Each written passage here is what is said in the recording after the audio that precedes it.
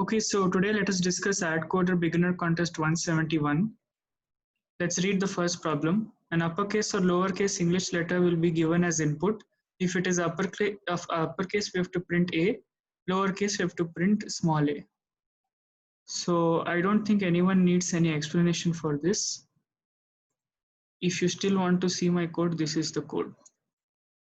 So first one was very easy. Second question, a shop sells n fruits, 1, 2, 3, n. Prices are P1, P2, Pn. And we have to choose k kinds of fruits and buy one of each chosen. Find the minimal total price.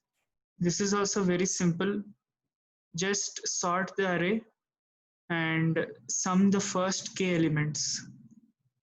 So let us do it manually. If you sort the array will become 50, 80, 100, 120, sorry, 50, 80, 80, 100, 120. So 50, 80, 80, sum is 210. So just sort the array, find the sum of first k elements. I think that will give the answer. And it has given. So that was question number B. Very basic question on sorting. Now let us go to C. Question looks very absurd, but if you read it carefully and if you would have done a question like this, you might have seen this kind of question actually. Like they say A can be one can be represented as A, 2 as B, like that 26 as Z. And 27 is AA, 28 is AB. So some pattern is repeating, right? There's a pattern of numbers.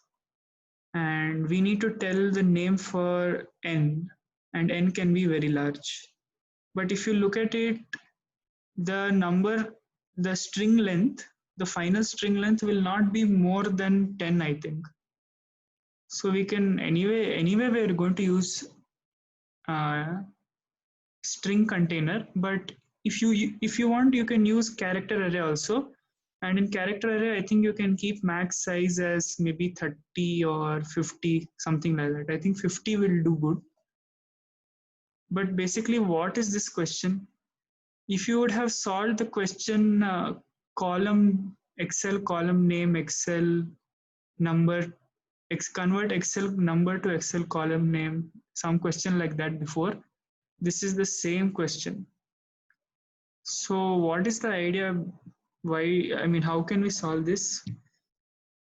Basically, you have to make strong observations over here. If you try to solve the problem by yourself, you will find out that we have to keep dividing the number by 26. But if you just keep dividing and storing the remainder, you will get wrong answer. So if you have thought about division, that is correct. First step is done. But there is a small catch. Whenever you take remainder with with 26, when n mod 26 is stored as remainder, if this remainder is 0, that means that character is Z, because 26 is Z, right? 52 is also Z. So any multiple of 26 is Z.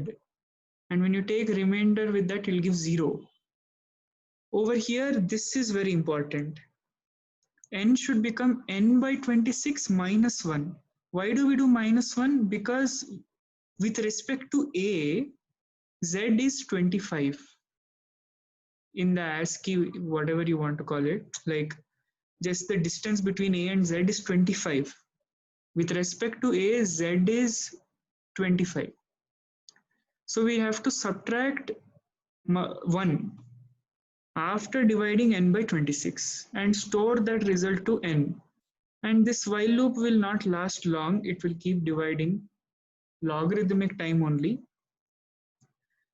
And what should we do if it is not 0? If remainder is not 0, then we'll just divide it by 26. Before dividing, what do? We just store the character form of the number. If the number is say 2, 2 is corresponding to B.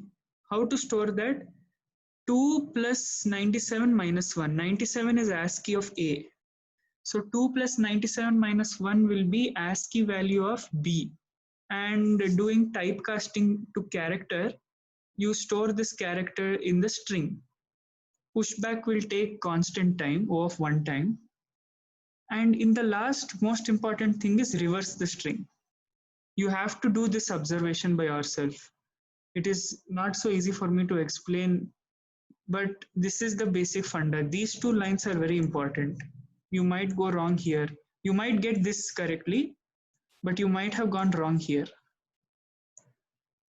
So C also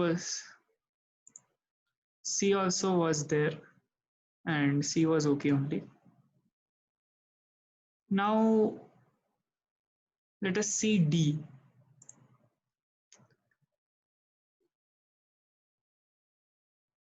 You have a sequence of n integers, some operations you have to do.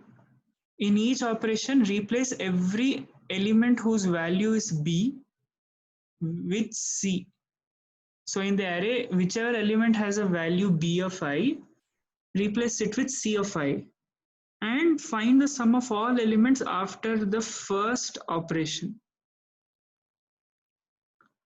So after first operation, before that, first of all, let us find all the element sum before any operation. It will be useful for us because then we have to just subtract occurrences of B of I into value of B of I and add occurrences of B of I into C of I. That's all. What I want to say is, first of all, let's take the input. I'll be using a hash table here. It's basically a question on hashing only. Every query we have to update two values. So I'll use a hash array. I'll find the frequency of all elements, and I didn't have to actually sort it over here, but it's okay. And I'll initially find the sum of all elements. After finding sum of all elements, in every query, I'll accept the input B and C. Every element of B should be converted to C. So I will just do these two lines. I will count the occurrences of B and subtract this value because I am making all the occurrences of B to C. So after subtracting all the occurrences of B into C, I will add that value to sum. And more importantly, update the hash table. Hash table, all the values of B are becoming C, right? So do this. And all the values of B have become C. So there is no value of B only. So frequency of B is 0. H of B equal to 0 means frequency of B is 0. And H of C equal to H of C plus H of B means frequency of H of C has increased by H of B times because all occurrences of B has been changed to C. So it was a very easy question on hashing, and be careful about the integer type. I've used unsigned only because unsigned will give me a better range. You might get out of bound if you use just long int. So this was my solution, and thank you for watching. Bye.